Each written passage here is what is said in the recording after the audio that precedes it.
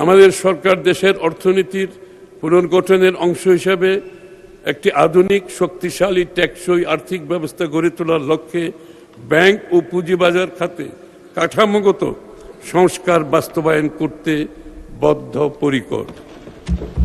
আমরা ঋণ নির্ভর বিনিয়োগকে ইকুইটিতে রূপান্তর করেছি। আমাদের লক্ষ্য বর্তমান ঋণ ভিত্তিক অর্থনীতি থেকে দূরে সরে এসে বিনিয়োগ ভিত্তিক অর্থনীতি গড়ে তোলা। দীর্ঘমেয়াদী বিনিয়োগ অর্থায়নের জন্য বন্ড মার্কেট এবং বিকল্প অর্থায়ন ব্যবস্থার উন্নয়ন করা হবে, যাতে ব্যাংক নির্ভর অর্থায়নের উপর চাপ কমে। Corporate bond, mutual fund, green bond, সুকুক এবং অন্যান্য দীর্ঘমেয়াদী বিনিয়োগ উপকরণের উন্নয়ন কাজ চলমান আছে। মাননীয় স্পিকার, দীর্ঘমেয়াদী অর্থায়নের বিকল্প উৎস গড়ে তুলতে কর্পোরেট বন্ড মার্কেট সম্প্রসারণ, স্থানীয় সরকার ও নগর অবকাঠামো উন্নয়নে পৌর বন্ড, মিউনিসিপ্যাল বন্ড ইস্যুর কাঠামো প্রণয়ন করা হচ্ছে। মাননীয় স্পিকার, সরকার শিল্প, সেবা, ক্ষুদ্র ও মাঝারি উদ্যোগ, তথ্য প্রযুক্তি এবং আধুনিক কৃষিভিত্তিক শিল্পে কর্মসংস্থান সম্প্রসারণকে সর্বোচ্চ গুরুত্ব দিচ্ছে। শ্রমবাজারের চাহিদাভিত্তিক কারিগরি ও বৃত্তিমূলক প্রশিক্ষণ সম্প্রসারণ, তরুণ উদ্যোক্তাদের অর্থায়ন সহায়তা এবং নারী ও প্রান্তিক জনগোষ্ঠীর কর্মসংস্থানের সুযোগ বৃদ্ধি করা হচ্ছে। মেধাভিত্তিক বাংলাদেশ বিনির্মাণের লক্ষ্যে সকল ধরনের নিয়োগ, বদলি ও পদোন্নতিতে মেধা, সততা, দক্ষতা, অভিজ্ঞতা, প্রশিক্ষণ, যোগ্যতাই প্রধান মাপকাঠি হিসেবে বিবেচনা করা হবে। সরকারি কর্মচারীরা বিগত প্রায় 11 বছর যাবৎ একই বেতন কাঠামোতে বেতন ভাতা পাচ্ছেন। ইতিমধ্যে মূল্যস্ফীতিজনিত কারণে জীবনযাত্রার ব্যয় অনেক বৃদ্ধি পেয়েছে। আমরা সরকারি কর্মচারীদের জন্য নতুন বেতন কাঠামো আগামী 1 জুলাই 2026 হতে ধাপে ধাপে বাস্তবায়ন করার ঘোষণা দিচ্ছে। মাননীয় স্পিকার, দেশের বিভিন্ন অঞ্চলের মধ্যে অর্থনৈতিক, সামাজিক, অবকাঠামোগত বৈষম্য কমিয়ে সমতা ভিত্তিক সুষম উন্নয়নে বহুমুখী পরিকল্পনা বাস্তবায়ন করা হচ্ছে। মাননীয় স্পিকার, এবারের বাজেট প্রণয়ন ও সরকারের মধ্যমেয়াদী নীতি কৌশল নির্ধারণে বাজেট পূর্ববর্তী অংশীজনদের সাথে ধারাবাহিক আলোচনায় প্রাপ্ত সুপারিশ সমূহ সক্রিয় বিবেচনায় নেওয়া হয়েছে। বর্তমানে সীমাবদ্ধতা ও চ্যালেঞ্জ সত্ত্বেও আমরা মনে করি নতুন বাজেট অর্থনীতিতে ইতিবাচক পরিবর্তনের সূচনা করবে।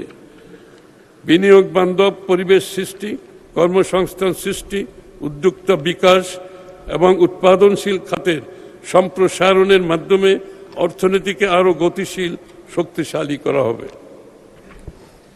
আমাদের লক্ষ্য এমন একটি অর্থনৈতিক কাঠামো গড়ে তোলা যেখানে বেসরকারি খাত হবে প্রবৃদ্ধির প্রধান চালিকা শক্তি এবং তরুণ ও নারীদের জন্য সৃষ্টি হবে নতুন সম্ভাবনার ক্ষেত্র।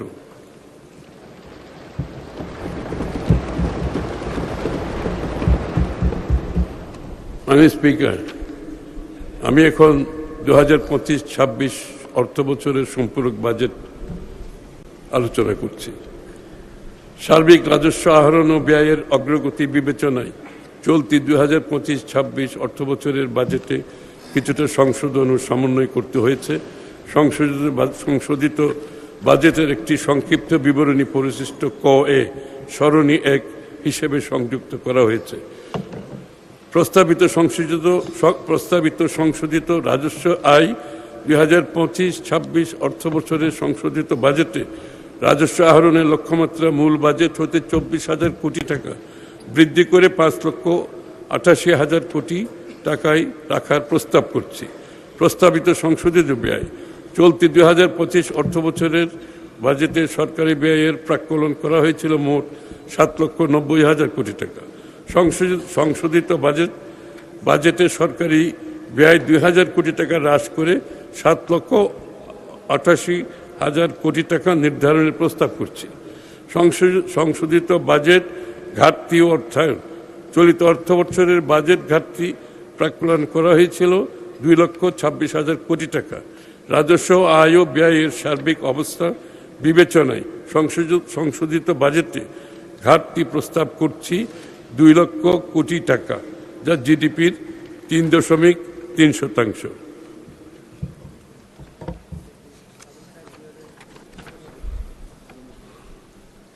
মাননীয় স্পিকার, 2026-27 অর্থ বছরের প্রস্তাবিত বাজেট আমি তুলে ধরছি।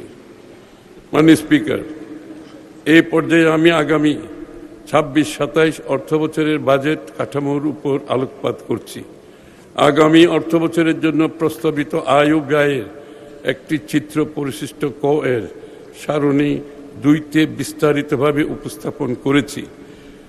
প্রস্তাবিত রাজস্ব আয় আগামী 2026-27 অর্থ বছরে মোট 6,95,000 কোটি টাকা রাজস্ব আয় প্রাক্কলন করা হয়েছে, যা জিডিপির 10.2%। এর মধ্যে জাতীয় রাজস্ব বোর্ডের মাধ্যমে 6,04,000 কোটি টাকা এবং অন্যান্য উৎস হতে 91,000 কোটি টাকা সংগ্রহ করার প্রস্তাব করছি।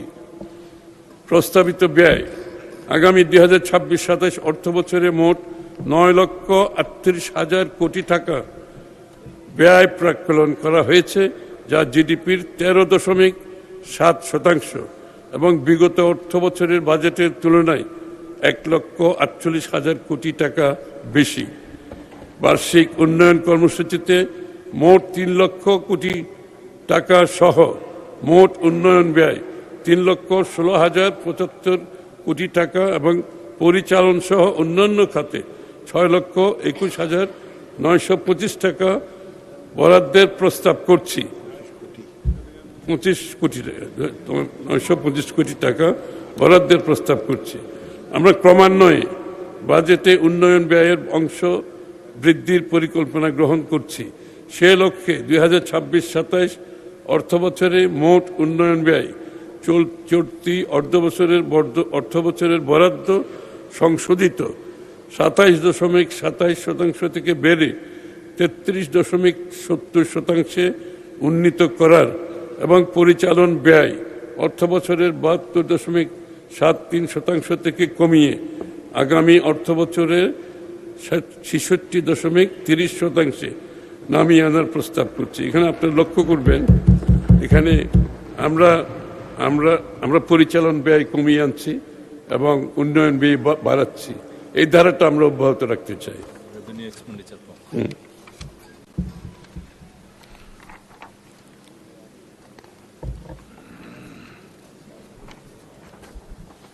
বার্ষিক উন্নয়ন কর্মসূচিতে বরাদ্দ প্রদানের ক্ষেত্রে মানব সম্পদ উন্নয়ন, জ্ঞানভিত্তিক সমাজ বিনির্মাণে অপরিহার্য শিক্ষা, স্বাস্থ্য, বিজ্ঞান, গবেষণা ও প্রযুক্তি খাত ও তৃণমূলের মানুষের অর্থনৈতিক ক্ষমতায়নকে অগ্রাধিকার দেওয়া হয়েছে। পাশাপাশি বিনিয়োগ ও টেকসই উন্নয়নের জন্য প্রয়োজনীয় ভৌত অবকাঠামো উন্নয়নেও বিশেষ গুরুত্ব আরোপ করা হয়েছে।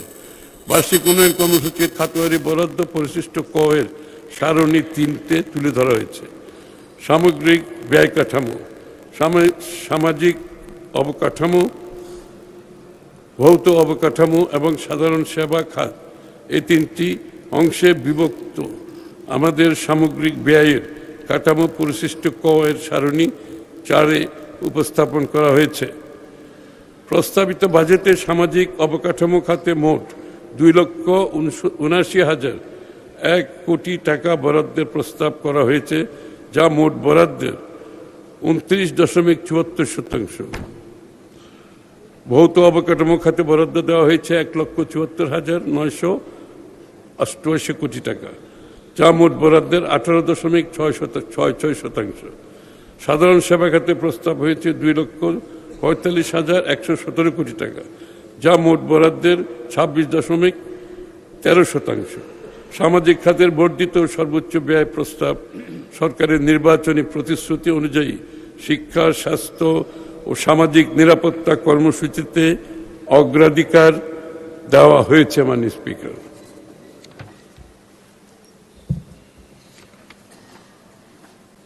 চলতি 2025-26 অর্থবছরে যা ছিল 1,18,000 কোটি টাকা, অর্থাৎ আমরা ব্যাংকিং ব্যবস্থা হতে ঋণ গ্রহণের পরিমাণ আগামী অর্থবছরে 6,000 কোটি টাকা হ্রাস করার প্রস্তাব করছি।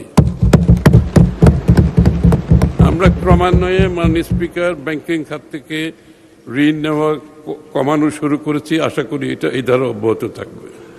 এই টাকা প্রাইভেট সেক্টর বিনিয়োগ করতে পারবে। এই জন্য আমরা এই অর্থনৈতিক কর্মকাণ্ডটা খুব সিরিয়াসলি আমরা ধারণ করেছি।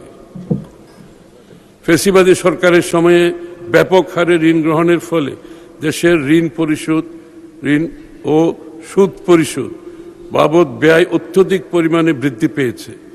তাই বাজেট ঘাটতিও বেড়েছে। 2005-06 অর্থবছরে বাজেট ঘাটতি ছিল জিডিপির 2.9%। পক্ষান্তরে 2023-24 অর্থবছরে বাজেট ঘাটতি বেড়ে জিডিপির 4.5% দাঁড়িয়েছে। এই অবস্থা হতে উত্তরণে আমরা ঋণ ব্যবস্থাপনা সংস্কার, উচ্চ রিটার্ন সমৃদ্ধ খাতে সরকারি বিনিয়োগ, প্রকল্প বাস্তবায়ন কাঠামো আধুনিকায়ন এবং এর মাধ্যমে বিনিয়োগের গুণগত মান নিশ্চিত হবে, অর্থ প্রবাহ বৃদ্ধি পাবে এবং এই মাল্টিপ্লায়ার প্রভাবে অর্থনৈতিক কর্মকাণ্ড অধিকতর গতিশীল হবে।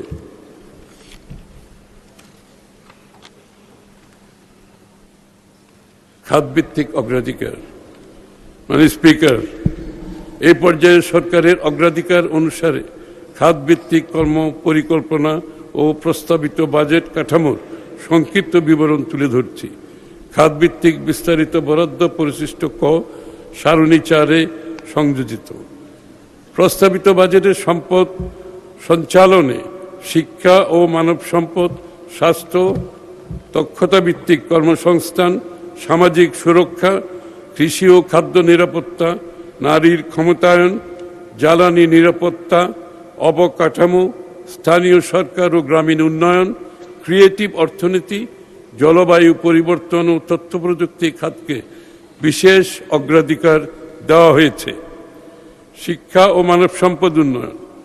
ফ্যাসিবাদের দীর্ঘ সময়ে ভেঙে পড়া রাষ্ট্র কাঠামোর সবচেয়ে সংকটাপন্ন খাতগুলোর একটি ছিল শিক্ষা। তারুণ্যের আকাঙ্ক্ষাকে ধারণ করে যে জুলাই গণঅভ্যুত্থানের মাধ্যমে আজ আমরা গণতান্ত্রিক বাংলাদেশে ফিরে এসেছি, সেখানে অবশ্যই আমাদের ভবিষ্যৎ প্রজন্মের জন্য এমন একটি বাংলাদেশ গড়ে তুলতে হবে যেখানে শিক্ষার্থীরা সৎ, যোগ্য, দক্ষ এবং দায়িত্বশীল নাগরিক হিসাবে গড়ে উঠবে।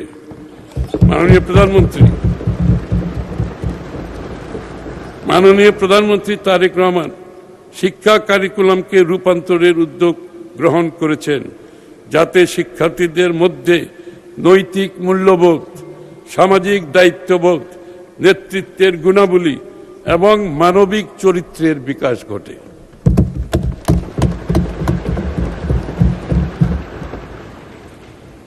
আমরা শিক্ষার্থী ও শিক্ষকদের জন্য এমন পরিবেশ করতে চাই যাতে তারা আধুনিক শিক্ষা, প্রশিক্ষণ ও সুযোগ সুবিধার মাধ্যমে নিজেদের সর্বোচ্চ সম্ভাবনা বিকশিত করতে পারে।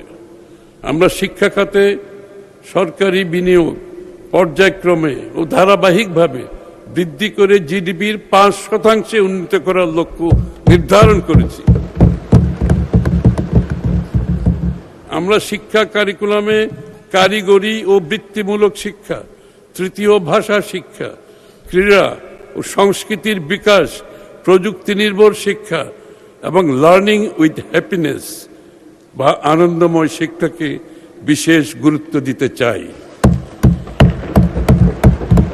আমরা সেই কাঠামো গড়ে তুলতে চাই যেখানে একজন শিক্ষার্থী তার নিজ মেধা, পছন্দ বা আগ্রহ অনুযায়ী দক্ষ কারিগর, প্রযুক্তিবিদ, কৃষি উদ্যোক্তা, গবেষক, শিল্পী, শিক্ষক, ব্যবসায়ী, ক্রীড়াবিদ কিংবা অন্য যে কোনো পেশায় সমান মর্যাদা ও সাফল্যের সঙ্গে নিজেকে প্রতিষ্ঠিত করতে পারে।